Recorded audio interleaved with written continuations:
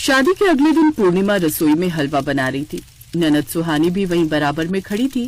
तभी पूर्णिमा की सास कलावती बोली, बहू, तुम्हारे महीने की तारीख कौन सी है? महीने की तारीख? भाभी, माँ आपकी पीरियड्स की डेट पूछ रही हैं। शादी के अगले दिन सास के ऐसे सवाल से पूर्णिमा चौंक गई। फिर उसने बहुत धीरे से बोली, माँ जी, पिछले महीने की 12 तारीख को हुई थी, उसके आसपास ही होती हूँ। मतलब जब भी हो बता देना, ताकि रसोई अशुद्ध होने से बच जाए। हमारे घर में पीरियड्स के दिनों में बेटियां और बहुएं रसोई में नहीं जाती जब तक कि वो ठीक ना हो जाएं। हमारे घर में तो ऐसा नहीं होता माँ जी। हमारे घर में होता है। और हाँ बहू, अब ये घर भी तुम्हारा है। तुम्हें अब इस घर के नियम से चलना होगा। जब पीरियड्स आए तो तुरंत मुझे खबर देना। पूर्णिमा हैरान थी कि पीरियड्स को लेकर उसकी सास के कितने अजीबो गरीब से नियम थे। पीरियड्स को लेकर ऐसी धारणा बना रखी थी जैसे पीरियड्स कोई छूत की बीमारी हो।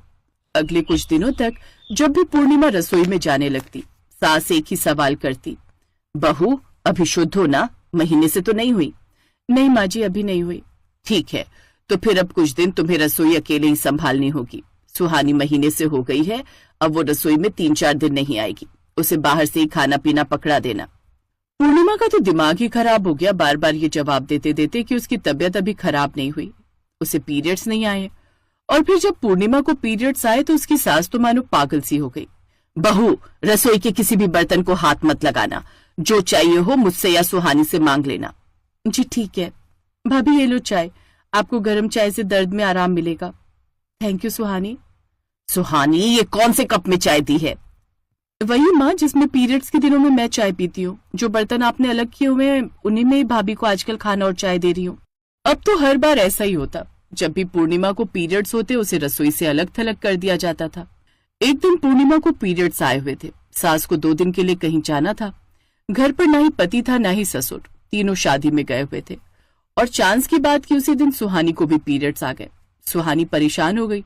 उसने सोचा मम्मी को फोन मिलाकर पूछे कि अब दोनों ही रसोई में नहीं जा पाएंगी तो क्या करें। तभी पूर्णिमा ने उसे रोक दिया। सुहानी रुको, माँ जी को फोन मत करो, बात सुनो। अरे कुछ नहीं होता रसोई में जाने से। अब हम दोनों की मजबूरी है तो रसोई में तो जाना ही पड़ेगा। अब हम दोनों के सिवा और कोई घर में है भी तो नहीं। हमें पानी चाय सब कुछ कैसे मिलेगा अगर हम रसोई में नहीं गए तो? भाभी, आप ठीक कह रहे हो। मुझे तो बहुत जोर की प्यास लगी है। किचन में तो जाना ही पड़ेगा, पर माँ गुस्सा ना करें। अरे उन्हें कुछ पता नहीं चलेगा, हम उन्हें कुछ बताएंगे ही नहीं। मैं तुम्हारे लिए चाय भी बना लाती हूँ। पूर्णिमा को उस समय जो सही लगा उसने वही किया। पर पूर्णिमा को नहीं पता था कि अचानक उसके ऊपर सास के गुस्से का बम फूटने वाला है। रात को सास सबको लेकर वापस आ गई। अरे, आप लोग तो कल दोपहर को वापस लौटने वाले थे, रात में ही लौट आए। माँ ने कहा उनकी तबीयत ठीक नहीं है, इसीलिए हम लोगों को जल्दी वापस आना पड़ा। कलावती, तबीयत तो तुम्हारी ठीक है, फिर तुमने इतनी जल्दी घर आने की जिद क्यों की भाई? हाँ, मुझे कुछ जरूरी काम था। मुझे पता था अगर मैं तबीयत खराब का बहाना नहीं करूंगी तो तुम दोनों तो आने से रहे। अब जाओ, तुम दोनों जाकर सो जाओ। मुझे बहू से कुछ जरूरी बात करनी है। सुहानी सो गई है ना? जी माँ जी, बस अभी खाना खाकर सोई है। ठीक है, आओ तुम मेरे साथ वहां बैठो। पूर्णिमा को बहुत अजीब लग रहा था कि उसकी सास आखिर उसे क्या कहना चाहती है। पूर्णिमा, मुझे पता है बहू, तुमने घर के नियम तोड़े हैं। तुम रसोई में घुस गई जबकि तुम जानती थी कि तुम्हें महीना आया हुआ है, तुम्हारे पीरियड्स हो रहे हैं। मैंने मना किया था ना कि जब पीरियड्स आए तो रसोई में नहीं जाना। फिर तुम रसोई में कैसे गई? सुहानी के भी पीरियड्स आए हुए थे, मजबूरी में हमें जाना पड़ा। पर माँ जी, आपको किसने कहा कि मैं रसोई में गई थी?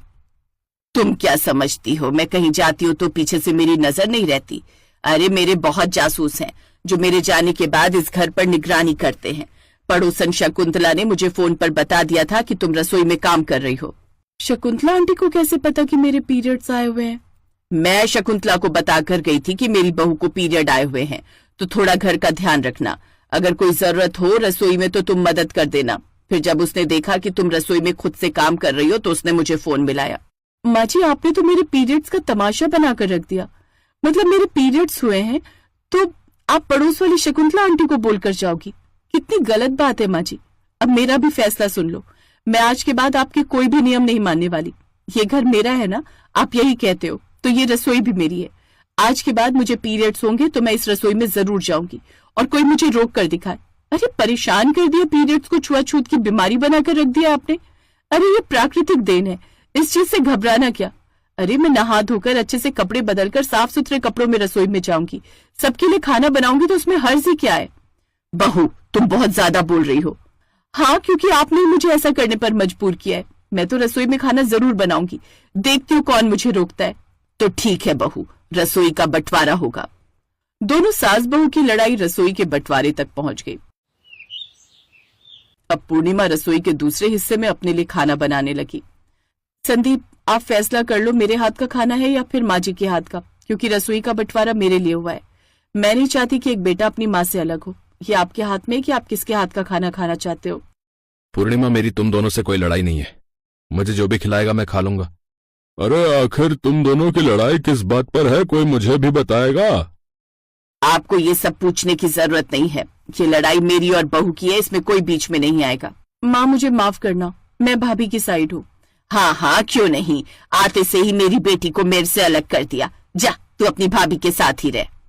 सुहानी जानती थी कि उसकी भाभी पूर्णिमा गलत नहीं है, इसलिए वो उस समय अपनी भाभी का साथ देती है। पूर्णिमा और उसकी सास अलग अलग खाना बनाने लगी। एक दिन अचानक कलावती रसोई में चक्कर खाकर गिर गई। उस समय सुहानी कॉलेज गई थी और घर पर कोई भी नहीं था, बस पूर्णिमा घर पर थी, पर उसको पीरियड्स आए हुए थे। पहले वो सास की रसोई में जाने से घबरा रही थी, पर उसने देखा कि सास कमजोरी की हालत में है, तो वो फौरन रसोई में चली गई और सास को धीरे धीरे कमरे तक लाई। कितनी बार मना किया है, इतना काम अकेले मत किया करो, हमें कह दिया करो। तो अलग रसोई में खाना बनाती हो ना, तुमसे कैसे कहती, मैंने खुद ही तो तुम्हें अलग रसोई दी है। माँ जी, मुझे माफ कर देना, मेरे आज पीरियड्स आए हुए हैं, पर मुझसे रहा नहीं गया। मैं आपकी रसोई में आ गई। आपकी तबीयत खराब थी और मैं आपकी तबीयत के लिए कोई भी नियम तोड़ सकती हूँ। मुझे आपकी जान सबसे प्यारी है। सॉरी माँ जी।